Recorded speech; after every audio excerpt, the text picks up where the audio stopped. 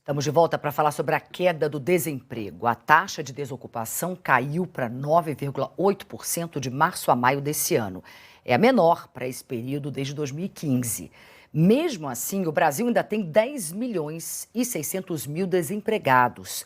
E entre aqueles que estão no mercado de trabalho, 40% seguem na informalidade. São 39 milhões de brasileiros trabalhando em condições, muitas vezes precárias. A Bárbara Carvalho se debruçou sobre esses dados do IBGE, foi às ruas e vai trazer para a gente um panorama geral sobre essa situação. Bárbara, boa tarde para você. Boa tarde, Cris. Boa tarde a todos. 97 milhões e meio de brasileiros estão hoje no mercado de trabalho, o maior número da série histórica que começou em 2012. A gente olha então para a última década e vê que os percentuais de desempregados nesse trimestre encerrado em maio eram bem baixos entre 2012 e 2014. Então começa ali com 7,7%. Começam a subir em meio à crise econômica em 2015, quando o índice foi a 8,3% e aí atingiu o pico no ano passado. Na comparação, portanto, do período de março a maio de 2021 com os mesmos meses de 2022, são 9 milhões e meio de empregos a mais. Um deles foi conquistado pela Mariana, é o que a gente vai ver agora. Fiquei um bom tempo procurando, porque eu estava tentando, não conseguia. Que eles estavam contratando quem já era da empresa, quem já tinha experiência para ficar ali. Foi bom, porque eu estava muito precisando de um emprego, para poder pagar minhas contas, meu aluguel, poder viver. Pois é, Cris e todos que nos acompanham. A população desalentada, que desistiu de procurar emprego, e a subutilizada, que gostaria de trabalhar mais, mas não consegue, essas populações também diminuíram. Os desalentados ainda somam 4 milhões e 300 mil, mas o número caiu 22,6% na comparação com o mesmo trimestre do ano passado. A subutilização, que já teve mínima de 15,2% em 2014, como a gente vê aqui, bateu recorde de 29,2% no ano passado, também teve queda expressiva agora na comparação anual, ficou em 21,8%. Apesar dos números positivos, os economistas ressaltam que muita gente tem se sujeitado a baixas remunerações e a condições de trabalho precárias. Não à toa, a informalidade se mantém na casa dos 40%. A gente vai ouvir agora o que disse o economista Gilberto Braga.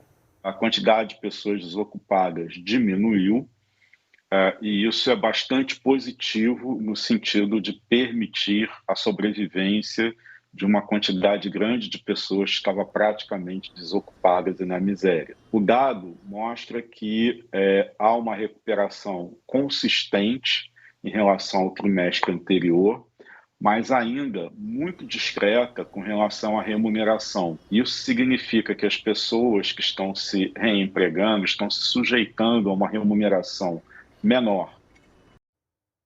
E a gente vem de fato observando isso, né, Bárbara? Como a economia se recupera lentamente e ainda existe muita instabilidade política, com eleições logo à frente, inclusive, os especialistas dizem que os próximos meses devem ser de incertezas e baixos níveis de investimento. Bárbara, volto com você. Pois é, Cris, a gente preparou uma reportagem para explicar melhor esse movimento que está acontecendo aqui no Brasil e ouvir quem mais importa, que são os brasileiros. A perspectiva de um baixo crescimento da economia brasileira num cenário de inflação alta e generalizada e juros crescentes coloca um freio no ritmo de melhora do mercado de trabalho. Todos esses fatores, somados à queda de 7,2% no rendimento médio real do trabalhador, na comparação com o mesmo período do ano passado, achatam o poder de compra dos brasileiros. E a gente veio até aqui ao centro do Rio de Janeiro conversar com eles.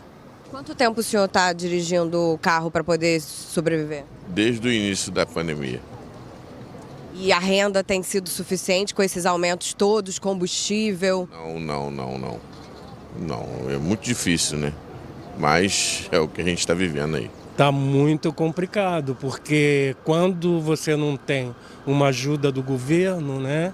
Então as coisas vão subindo e teu salário não aumenta. Tem que correr muito atrás e se privar de algumas coisas, né? Aqueles R$100 que compravam X coisas não compram mais as mesmas coisas, né? Sem dúvida nenhuma.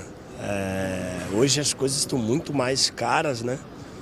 E além disso, né, as pessoas que têm um pouco de dinheiro, né, elas estão extremamente amedrontadas, né? Não sabem o que fazer, né?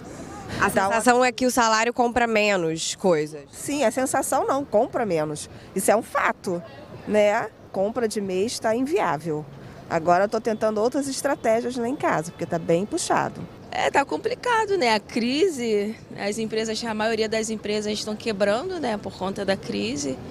E assim, a gente não tem muito o que fazer, né? Só esperar o melhor. Ainda tem todo o cenário global, né, Cris, de desaceleração de grandes e importantes economias mundiais, inflação e juros altos. Então a gente torce para que o mercado de trabalho brasileiro siga se recuperando e que a renda comece a seguir esse mesmo caminho, né? Sem dúvida nenhuma, né? Para melhorar a vida de muitos brasileiros que estão nessa situação que é muito delicada. Obrigada, Bárbara.